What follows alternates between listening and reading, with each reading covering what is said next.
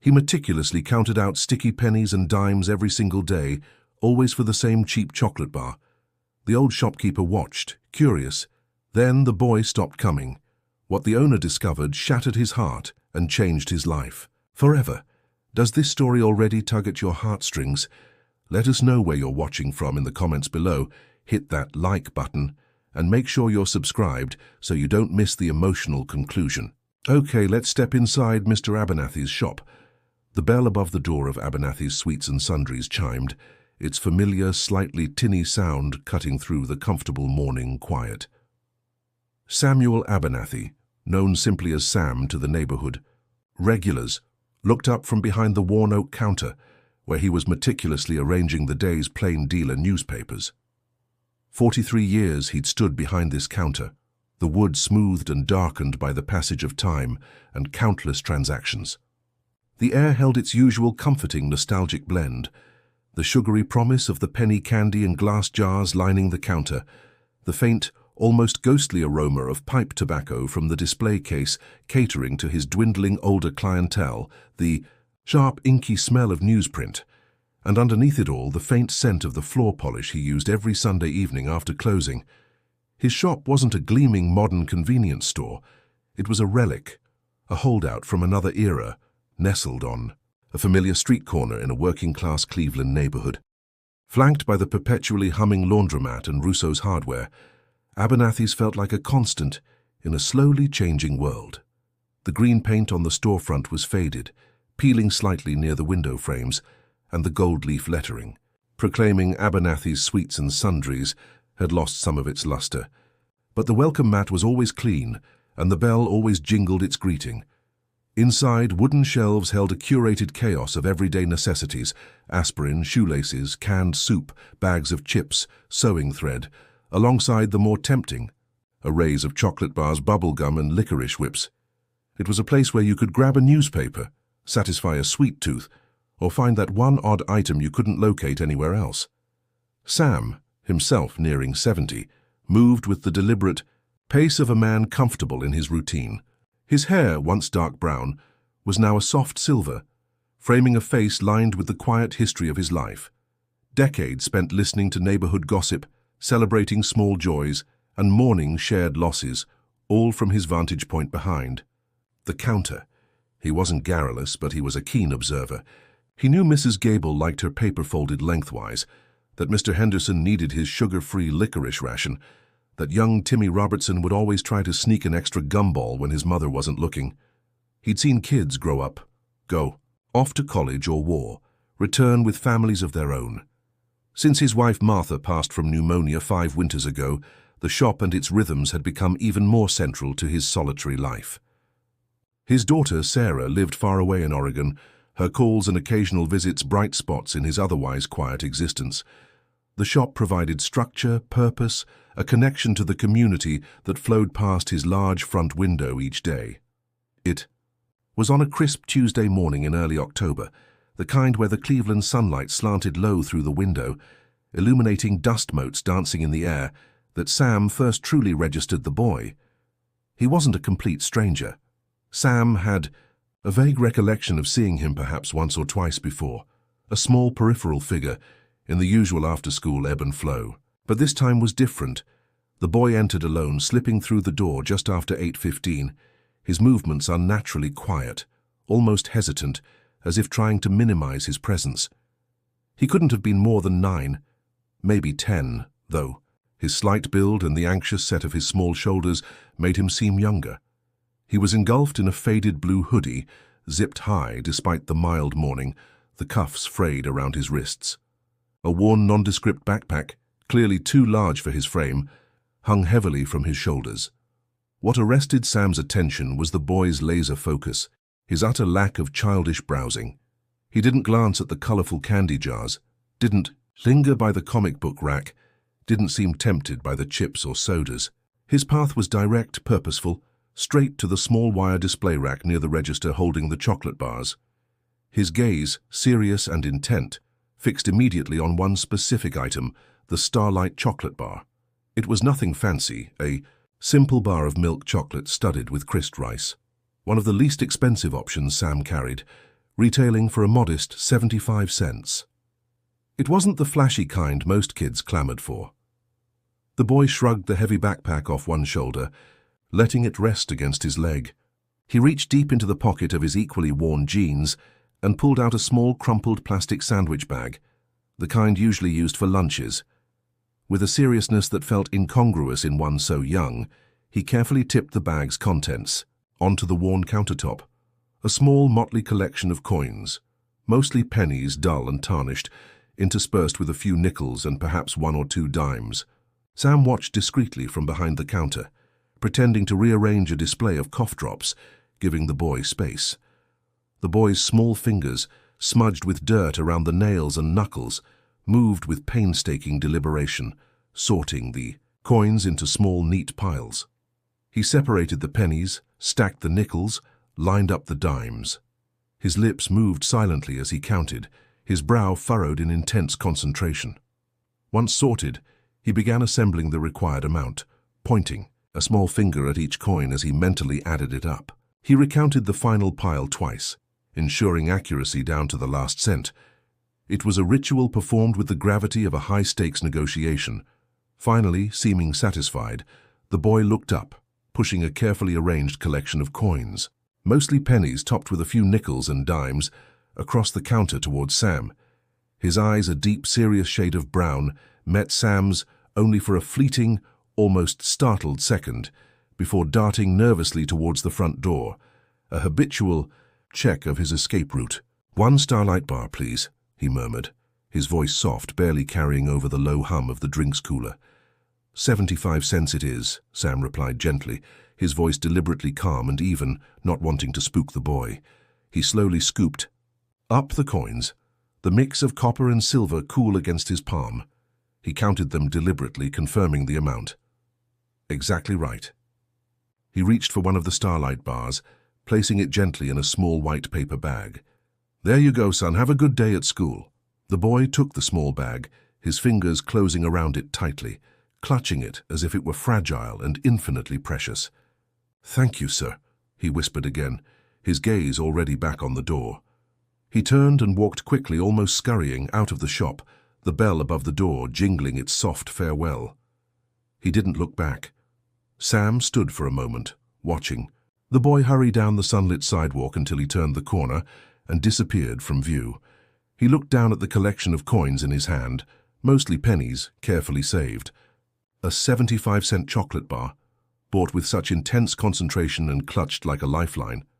A faint unease settled in Sam's chest, a feeling he couldn't quite name. It wasn't just curiosity.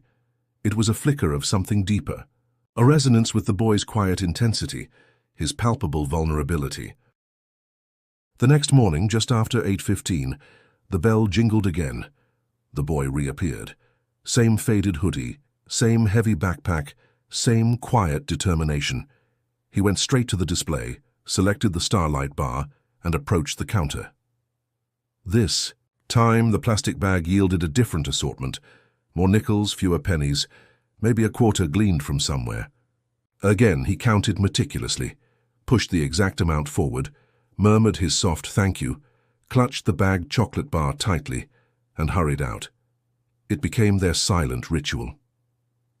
Every weekday morning, between 8:15 and 8:20, the boy would arrive. Rain or shine, the routine rarely wavered. Starlight bar, carefully counted coins, soft-spoken thanks. Quick departure. He never bought anything else. He never lingered. He never initiated conversation beyond the transaction itself. He seemed to exist in a small bubble of focused purpose, the chocolate bar his sole objective.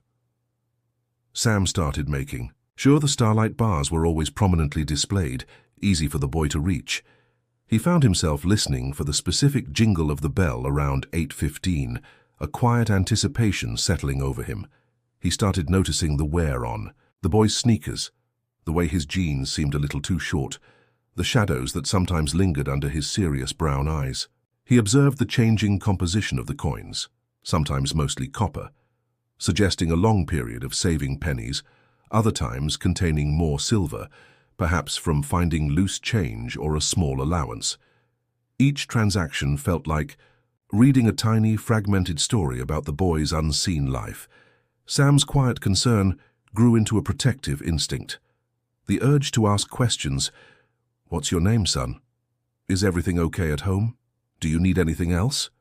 became stronger each day. But he always held back. The boy's guarded demeanor, his skittish avoidance of direct eye contact, the way he always seemed poised for flight, it all signaled a deep-seated need for anonymity, for safety in being unnoticed. Sam sensed, with the quiet wisdom of age and observation, that pushing, prying, offering unsolicited help would shatter the fragile trust, however transactional, that existed between them. It would likely drive the boy away for good. And Sam realized, with a clarity that surprised him, that he didn't want that. He didn't want the boy to stop coming. This small, serious child, with his carefully counted pennies and his unwavering focus on a single chocolate bar, had somehow become an essential part of Sam's own quiet rhythm. His daily appearance was a small mystery, a moment of poignant human connection in a life that had grown increasingly solitary since Martha's passing. Watching him, ensuring the Starlight bar was there, felt like a small, unspoken act of care in a world that often felt careless. He didn't need to know the boy's story. He just needed the boy to keep coming back, to keep counting his coins, to keep taking the chocolate bar. It was enough. Autumn deepened over Cleveland, stripping the leaves from the maple trees lining the street outside Abernathy's Sweets and Sundries. A chill crept into the morning air, frosting the edges of the large front window, and prompting Sam to turn up the old radiator that hissed faithfully in the corner. Yet, despite the changing season, the boy's routine remained remarkably unchanged.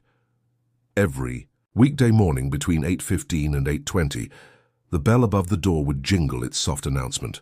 The boy, whom Sam had started thinking of simply as Leo, a name he'd plucked from the air because the child seemed both quiet and vaguely leonine in his fierce determination, would slip inside. His faded blue hoodie seemed even thinner now, against the growing cold, though he rarely complained or even shivered visibly. He still carried the oversized worn backpack, its straps digging into his narrow shoulders. His path through the small shop remained direct, unwavering, past the jars of gummy worms and jawbreakers, past the rack of greeting cards, straight to the Starlight chocolate bars. He'd select one, approach the counter, and begin the meticulous ritual of counting his coins. Pennies, nickels, dimes, occasionally the prized quarter. Sam watched the small, often chapped fingers sorting the currency with intense focus, a miniature accountant balancing a critical ledger. The amount was always exactly 75 cents, no more, no less. Sam would take the coins, confirm the amount with a gentle nod, bag the chocolate bar and offer a quiet, "Have a good day, son." Leo would murmur his equally quiet, "Thank you, sir," clutch the bag tightly and hurry back out into the morning chill, heading presumably towards the nearby elementary school. The consistency was both comforting and increasingly troubling to Sam. Day after day the same cheap chocolate bar, never anything else. Not a piece of fruit from the small basket Sam kept near the register, not a bottle of milk from the cooler, not even a warmer pair of gloves from the rack of winter accessories Sam had recently put out. Just the Starlight bar. Why only that? Was it all he could afford? Or did that specific bar hold some significance Sam couldn't fathom? The quiet ritual hadn't gone entirely unnoticed by the morning regulars. Harold Jenkins, the retired postal worker, who claimed the same counter stool each day for his coffee and donut, was the first to comment directly. "See that little fella every morning now, Sam?" Harold observed one chilly November morning, stirring cream into his coffee. "Quiet little thing, always gets the same chocolate bar, pays in pennies." Sam just nodded, wiping down the counter. "He's regular, all right." "Never see him with nobody," Harold continued, lowering his voice slightly. "No, Mom, no Dad waiting outside. Kinda strange, ain't it?" "Some kids are independent," Sam replied noncommittally, not wanting to encourage gossip but unable to deny the truth in Harold's observation. Brenda, who came in for cigarettes and lottery tickets before her shift at the nearby factory, was less charitable. "Looks like he could use a real meal, not chocolate," she remarked one day watching Leo hurry out the door. "Skinny little thing. Bet his parents spend their money on booze or something instead of feeding him right. Sam felt a prickle of defensiveness on the boy's behalf. "We don't know his situation, Brenda," he said quietly but firmly. "Best not to judge." Brenda just shrugged, paid for her items, and left, but her comment lingered, adding to Sam's unease. Was the boy truly hungry? The way he sometimes clutched the chocolate bar suggested it was more than just a treat. Sam wrestled internally with his desire to intervene versus his promise to himself not to pry. He thought about Jenny Miller's in the example text, leaving extra pancakes. Could he do something similar?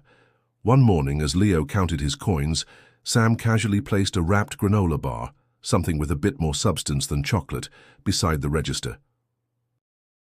"Found this extra one in the back, must have overordered," Sam said casually, as Leo pushed his coins forward. "You can have it if you like. Save it for later."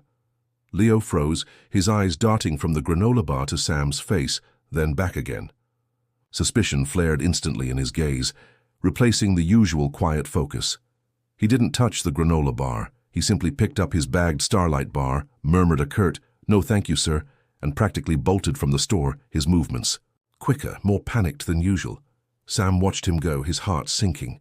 He'd crossed a line. He'd broken the unspoken agreement of their simple transaction, introduced an element of charity or pity, and scared the boy off. He felt a sharp pang of regret. "Idiot," he chided himself. "You knew better." He fully expected Leo not to return the next day. He pictured the empty doorway at 8:15, the absence of the small figure in the blue hoodie. He even felt a preemptive sting of sadness, but to his immense relief, the bell jingled at the usual time. Leo entered, perhaps a fraction more hesitantly than before, his eyes avoiding Sam's completely. He went straight for the Starlight bar, approached the counter, and silently counted out his 75 cents. Sam kept his own demeanor carefully neutral, matching the boy's purely transactional approach. 75 cents, he confirmed quietly, bagging the bar. "Have a good day." "Thank you, sir," Leo whispered, taking the bag and leaving quickly, without a backward glance. Sam let out a breath he hadn't realized he was holding. The boy had come back. The fragile routine was restored. But the incident solidified Sam's resolve. No more attempts to intervene, no matter how well-intentioned. He would simply be the constant, the safe place where the boy could conduct his small important transaction without questions or complications.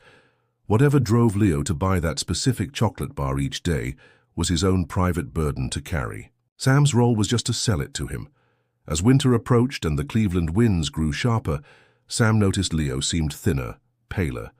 The blue hoodie, often damp from snow or sleet, offered little protection.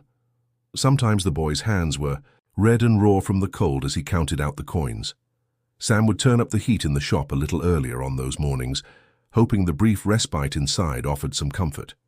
He kept a mental tally of the Starlight bars, ensuring he never ran out, placing them where Leo could easily reach them without having to ask. He found himself thinking about the boy long after he'd left the shop each day. He pictured him walking the 3 blocks to school, clutching the chocolate bar. Did he eat it right away? Did he save it for lunch? Did he share it with someone? The questions circled unanswered. He started paying more attention to the other children who came into the shop, their boisterous energy, their easy laughter, their casual requests for candy, funded by parents hovering nearby. The contrast with Leo's solitary, serious ritual was stark and poignant. One particularly blustery morning, Leo arrived looking more tired than usual, dark circles visible under his eyes. He approached the counter, reached into his pocket and began sorting his coins. Sam watched, his usual quiet observation tinged with heightened concern. Leo seemed to be struggling to concentrate, recounting the pennies several times. Finally, he pushed a small pile forward. Sam scooped them up gently. He counted. 68 cents. 7 cents short. Leo watched Sam's face intently, his own expression tightening with anxiety. He quickly dug into his other pocket, then into a small pouch in his backpack, his movements becoming frantic. He found nothing more, his face crumpled slightly, his lower lip trembling almost imperceptibly. He looked from the coins back to the Starlight bar on the rack, then down at the counter, seemingly bracing himself for refusal. Sam's heart ached. He saw the boy's desperation, the flicker of shame in his eyes. In that moment, the 75-cent transaction felt monumental. Without hesitation, Sam pushed the bagged chocolate bar across the counter towards Leo. "Close enough for today, son," Sam said softly, his voice gentle. He swept the 68 cents into the register drawer, as if it were the full amount.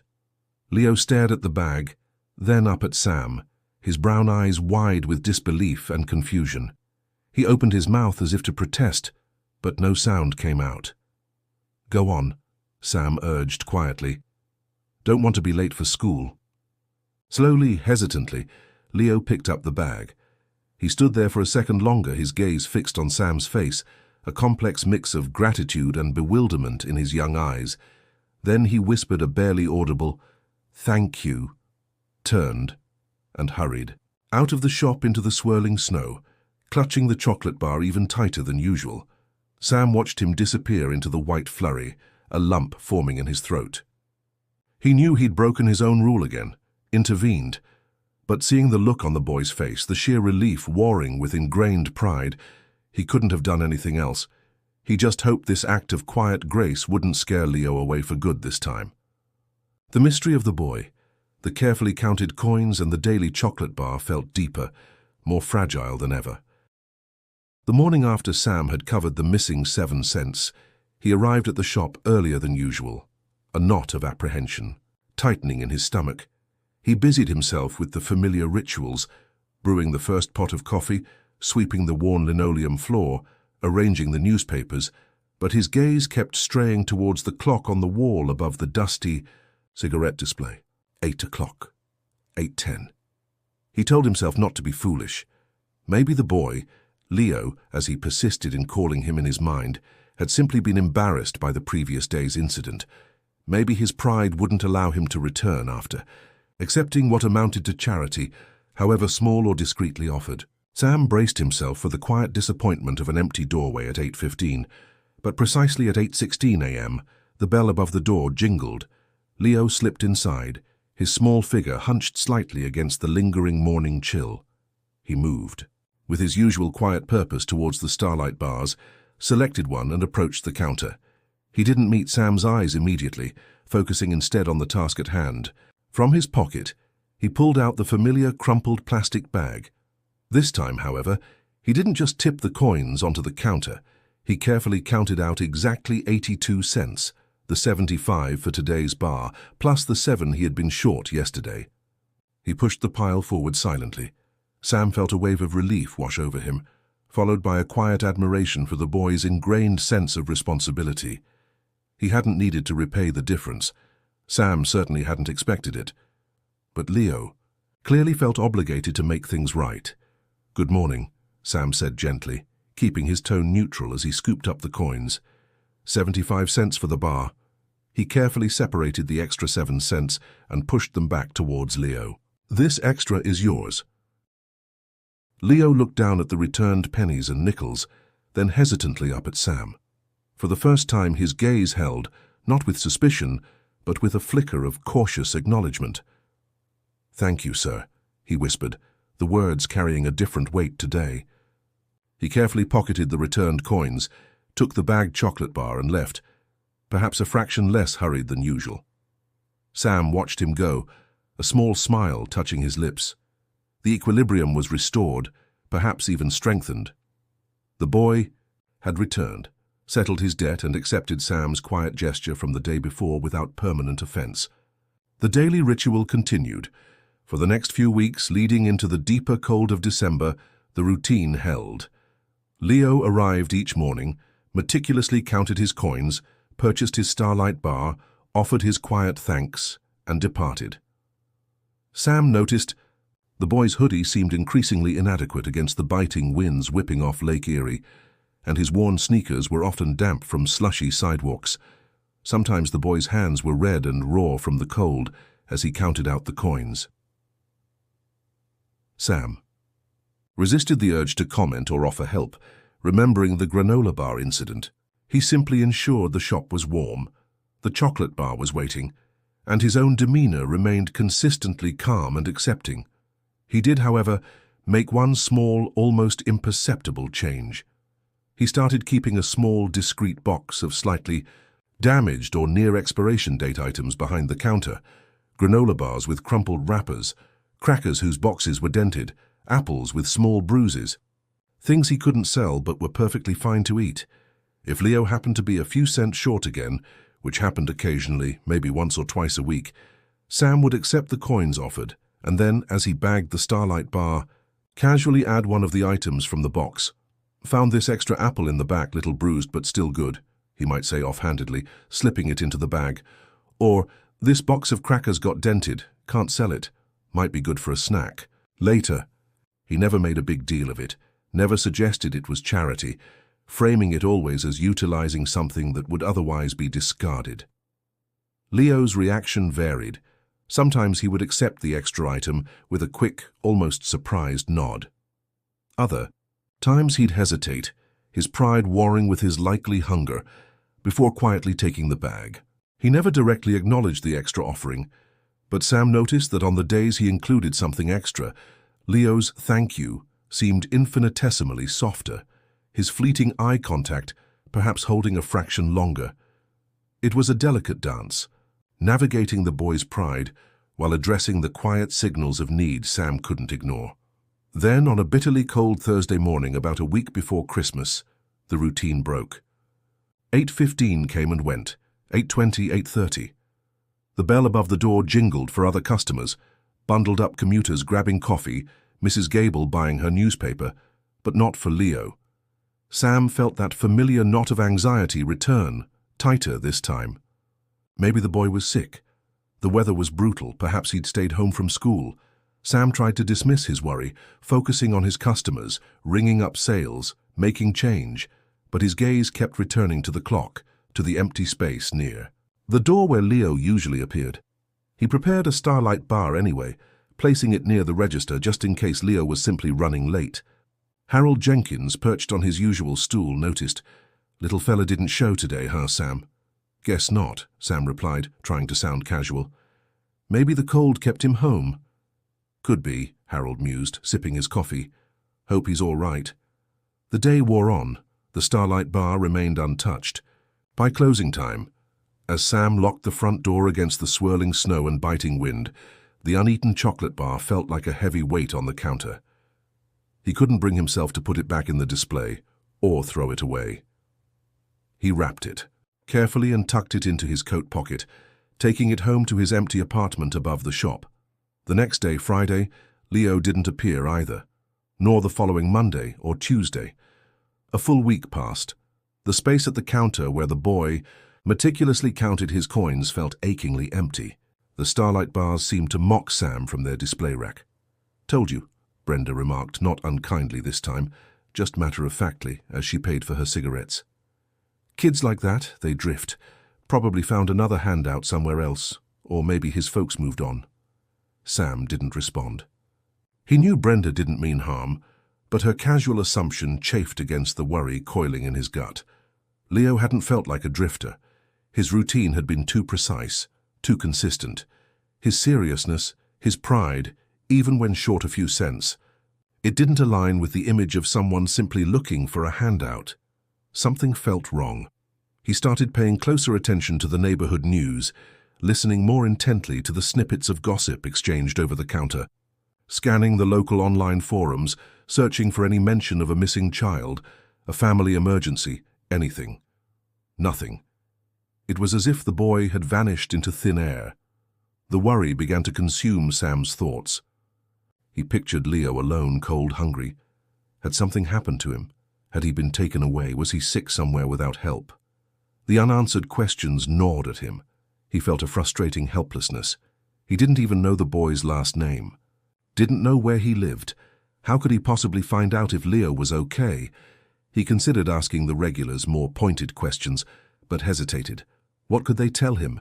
And drawing attention to the boy now felt like a violation of the quiet. Anonymity Leo himself had seemed to value. He remembered the mocking comments from the online group in the example story about Jenny Miller's, the accusations of seeking publicity. He didn't want that. He just wanted to know the boy was safe. One afternoon, driven by a need to do something, anything. Sam walked the 3 blocks from his shop to the local elementary school just as classes were letting out. He stood across the street, watching the chaotic flood of children spill out onto the sidewalk, laughing, shouting, chasing each other, greeted by waiting parents or older siblings.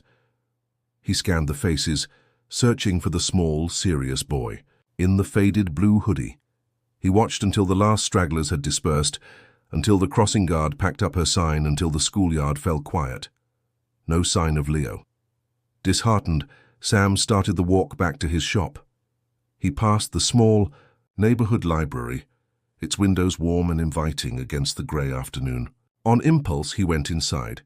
He knew the head librarian, a kind woman named Martha, slightly.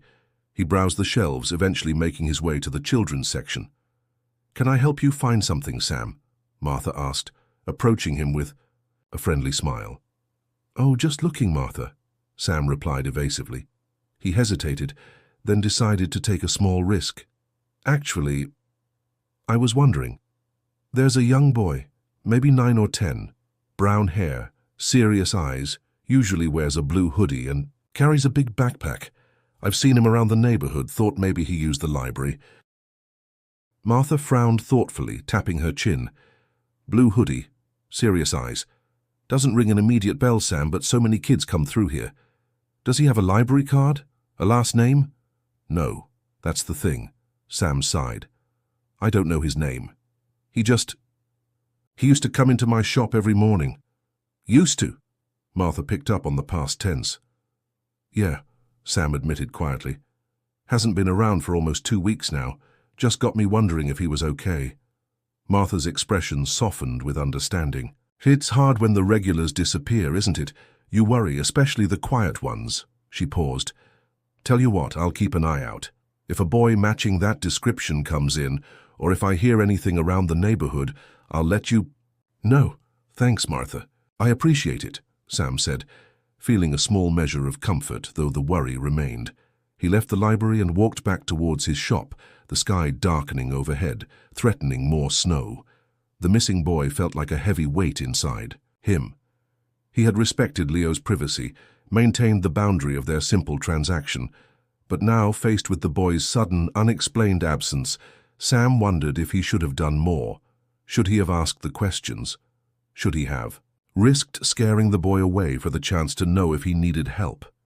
The uncertainty was a bitter taste, colder than the December wind. He just hoped, wherever Leo was, that he was safe, warm, and somehow not hungry. The empty space at the counter where Leo used to meticulously count his coins became a constant, silent reproach to Sam. 2 weeks had stretched into 3, and the boy in the blue hoodie remained absent. The untouched starlight bars seemed to multiply on the display rack, a testament to a broken routine. Sam's worry had now curdled into a persistent, gnawing anxiety that interfered with his sleep and cast a pall over his quiet days in the shop. He couldn't shake the image of the boy's serious brown eyes, the thinness of his frame under the worn hoodie, the way he clutched the single chocolate bar like a precious necessity. He knew he couldn't simply wait anymore. Respecting the boy's privacy felt like a virtue when Leo was showing up every day. Now it felt like negligence. He had to try harder to find out what had happened, even if it meant stepping outside his usual reserved role in the neighborhood. He started by paying closer attention to the school dismissal times again, not just watching from across the street, but lingering near the entrance, pretending to browse the notices pinned to the community board just outside the school gates. He listened to the chatter of parents waiting for their children, hoping to overhear a name, a mention of a sick child, a family moving away. He scanned the faces of the teachers supervising the departing students, wondering if any of them might recognize his vague description of Leo, but approaching them directly felt wrong, invasive. What would he even say? "Excuse me, have you seen a small serious boy who buys chocolate from me?" It sounded ridiculous, borderline creepy. He considered talking to Harold Jenkins or some of the other regulars more directly, pressing them for neighborhood gossip about families on hard times or recent moves, but he hesitated. Sharing his concern felt vulnerable, and he still recoiled from the memory of Brenda's judgmental comments. He didn't want Leo's situation, whatever it was, to become fodder for idle speculation or pity. His breakthrough came unexpectedly, not from searching, but from a casual observation within his own shop. A young woman, probably in her early 20s, came in one afternoon looking flustered. She bought a pack of diapers and a bottle of children's fever reducer. As Sam rang her up, she sighed wearily.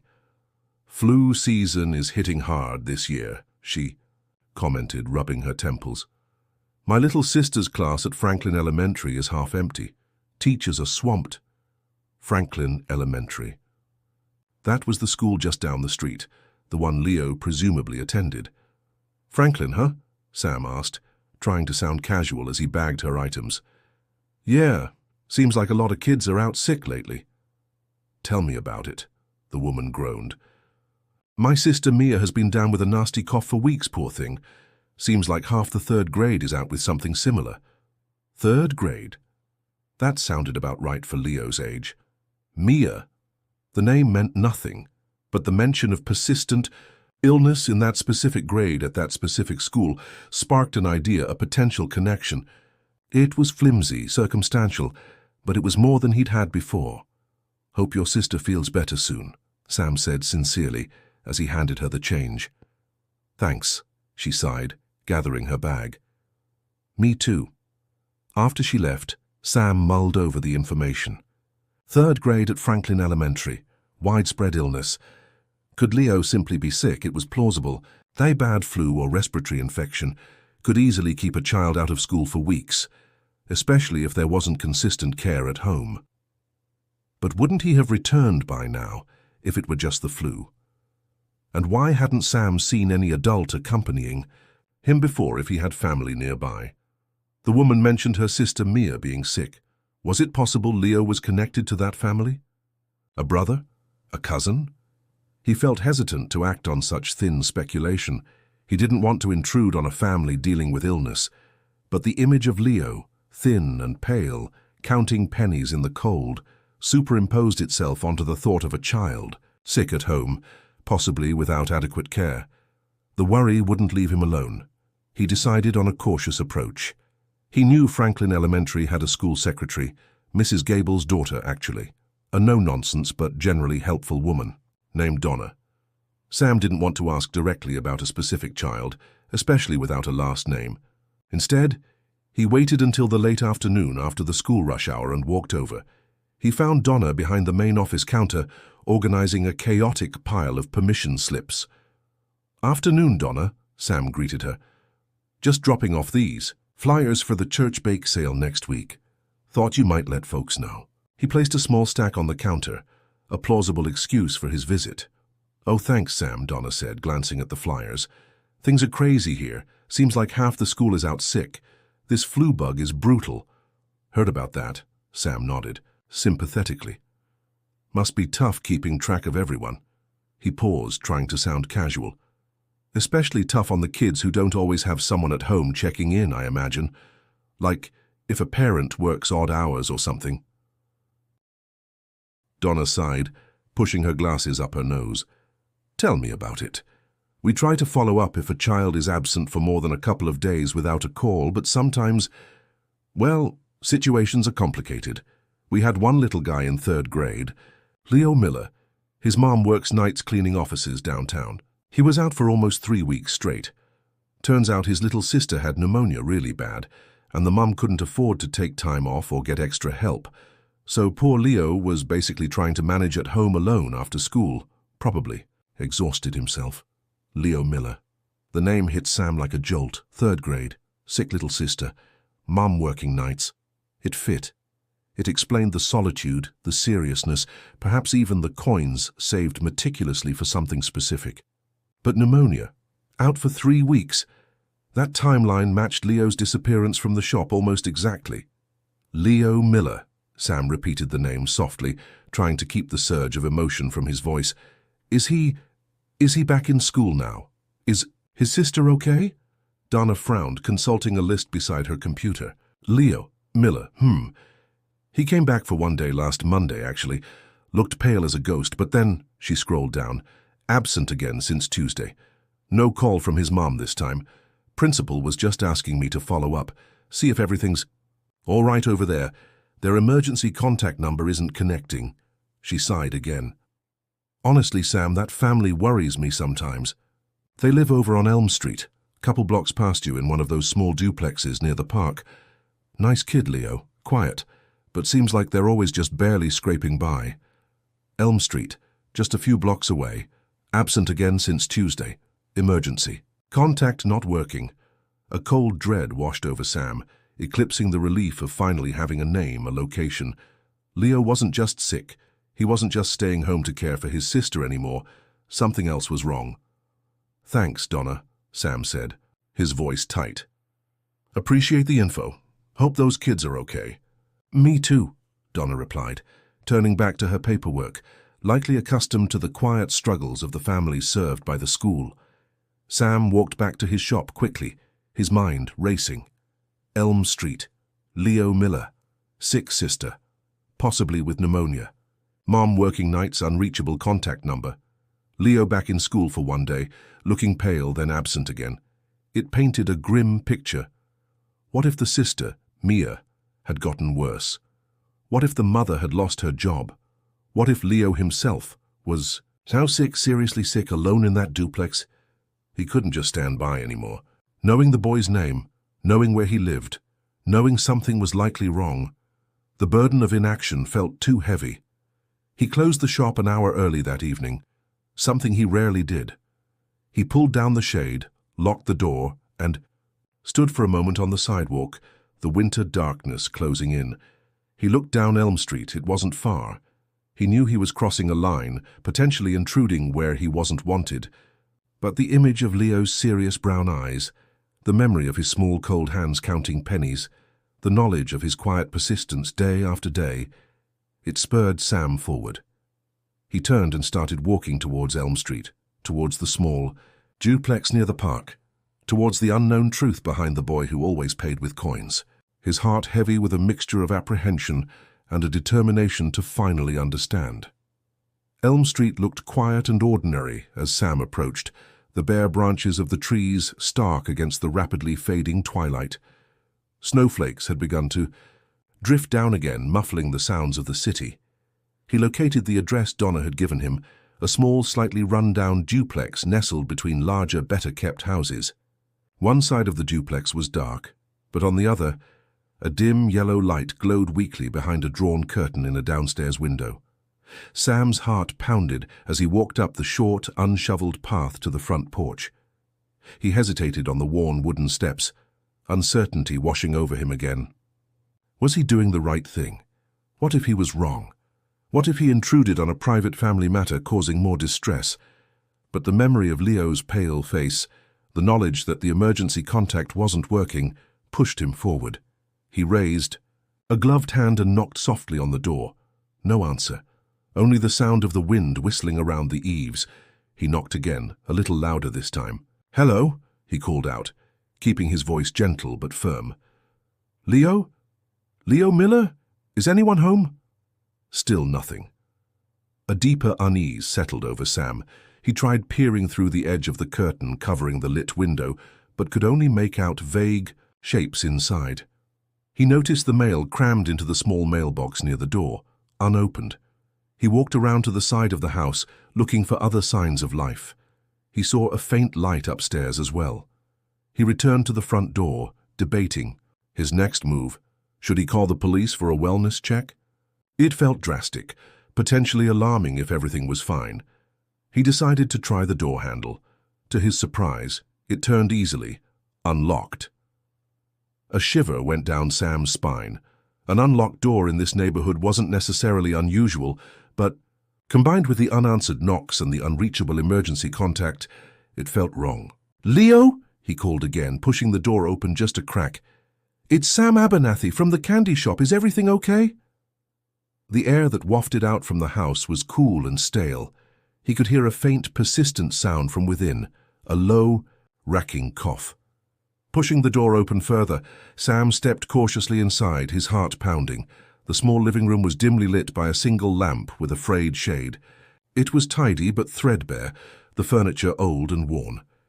Empty medicine bottles and a used tissue box sat on a small end table next to a sofa covered with a faded Afghan.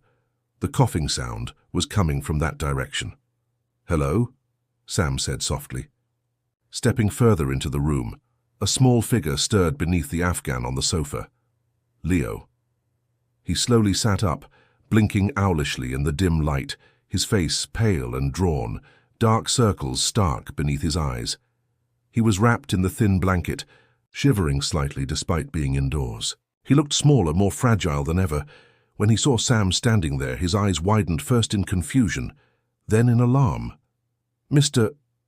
Abernathy," Leo whispered, his voice raspy. He immediately tried to pull the Afghan tighter around himself, as if trying to disappear. The movement triggered another harsh bout of coughing that shook his small frame.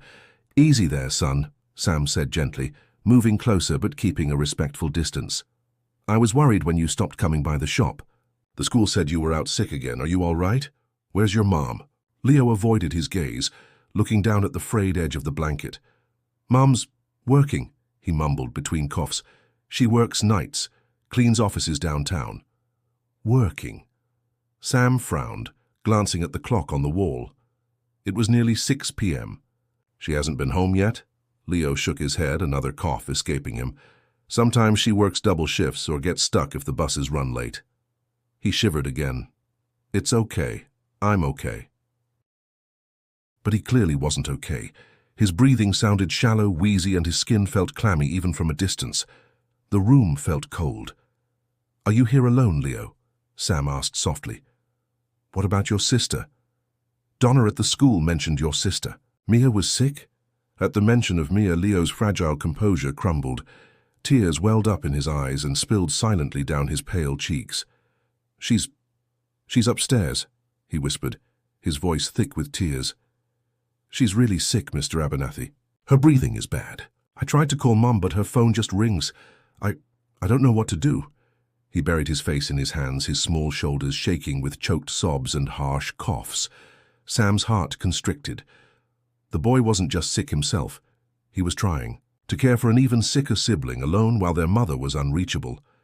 "Okay, Leo, okay," Sam said soothingly, moving closer now, kneeling beside the sofa. "It's all right. I'm here now. Let's go check on Mia together, okay? Then we'll figure out what to do." Leo looked up, his eyes red-rimmed and filled with fear, but he nodded hesitantly. Sam gently helped him stand, steadying the boy as another coughing fit racked his body.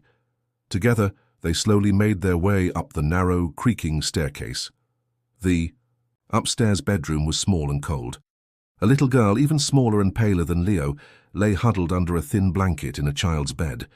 Her breathing was rapid, shallow, and disturbingly noisy, a wheezing rattle with every inhale. Her eyes were closed, her face flushed with fever. This was Mia, and she was clearly very ill, far sicker than Leo. "Pneumonia," Donna had said. "It looked like it." "Mia?" Leo whispered, touching her forehead gently. "Mr. Abernathy is here." Mia didn't respond, just whimpered softly, her breathing hitching. Sam felt Mia's forehead. It was burning hot. Her rapid, labored breathing confirmed his worst fears. This wasn't just a bad cold. This little girl needed immediate medical attention. And Leo, trying to care for her while sick himself, was also in desperate need of help. "Okay. Leo," Sam said, making his voice calm and authoritative despite the urgency he felt. "Mia needs to see a doctor right away, and so do you. We need to call for help." Leo looked panicked. "No, Mum said, she said we can't afford the hospital again. She'll lose her job if she misses more work." "Don't you worry about that right now, son," Sam interrupted gently but firmly. "Your health and Mia's health, that's what matters most. We'll figure out the rest later." He pulled out his own cell phone. "I'm going to call 911, okay? They'll send an ambulance to help Mia breathe better and get you both checked out." Leo watched, wide-eyed and trembling, as Sam quickly dialed and explained the situation to the dispatcher, providing the address and describing the children's symptoms. Within minutes, the distant wail of sirens grew closer, culminating in flashing red and blue lights outside the small duplex. Paramedics entered.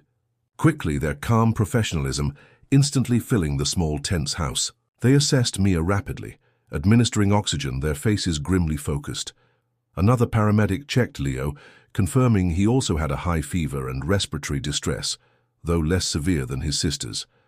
As they prepared to transport both children to the hospital, a police officer who had arrived with the ambulance spoke quietly with Sam, getting the details of the situation. The absent mother, the unreachable contact number. "We'll try to locate the mother at her reported workplaces," the officer assured Sam. "In the meantime, Child Protective Services will likely need to be notified, given the circumstances." Sam nodded, his heart heavy. He knew it was necessary, but worried about what it would mean for this already struggling family. As the paramedics carried Mia out on a stretcher, followed by Leo wrapped in a warm blanket, Leo looked back at Sam, his eyes wide with fear and uncertainty. "It's okay, Leo," Sam reassured him, meeting his gaze. "You did good taking care of her. They're going to help you both now. I'll check on you at the hospital, all right?" Leo gave a small, almost imperceptible nod before being guided into the ambulance. Sam watched as the emergency vehicle pulled away, its lights flashing, leaving him alone in the cold, quiet duplex.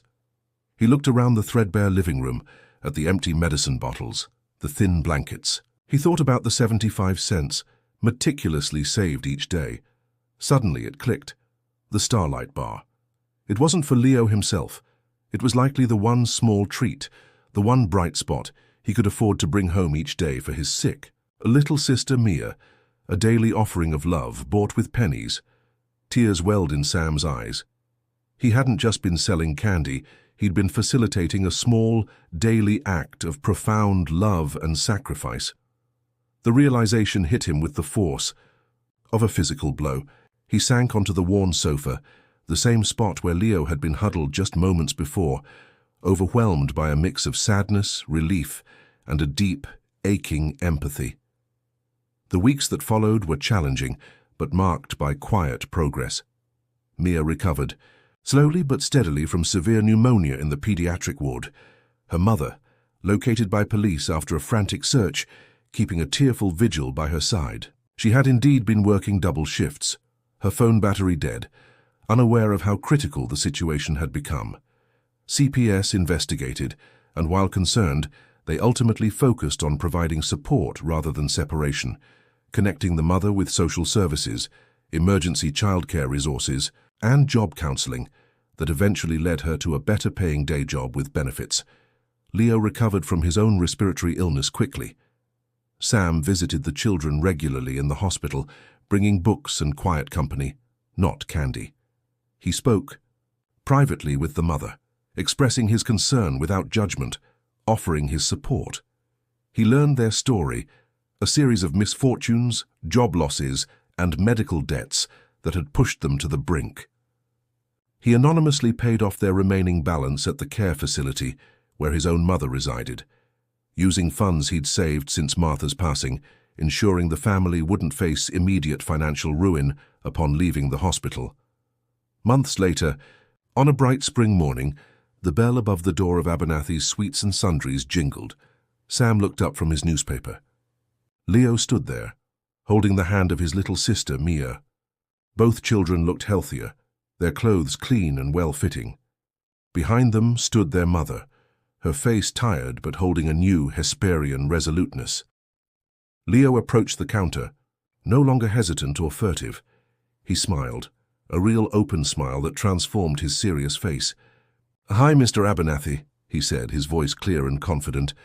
Mia shyly offered Sam a small hand-drawn picture of a star with a smiling face. "Thank you for the chocolate," she whispered. Sam's throat tightened. He accepted the drawing as if it were a masterpiece. "You're very welcome, Mia, and you, Leo." He looked at the boy who had taught him so much about quiet strength and hidden burdens. "It's good to see you both looking so well." Leo reached into his pocket. This time, he pulled out not a bag of coins, but a folded dollar bill. He placed it firmly on the counter. "1 Starlight Bar, please, Mr. Abernathy," he said, meeting Sam's eyes directly. "And," he added, pushing the bill forward, "keep the change." Sam smiled, a genuine warmth spreading through his chest. He bagged the chocolate bar and slid it across the counter. "On the house today, Leo," he said softly. On the house. Sam's quiet kindness made all the difference in Leo's and Mia's lives. What did you think of this story? Let us know in the comments below. If it touched your heart, please give it a like. And don't forget to subscribe for more stories about compassion, community, and the unexpected heroes among us. Thank you for watching.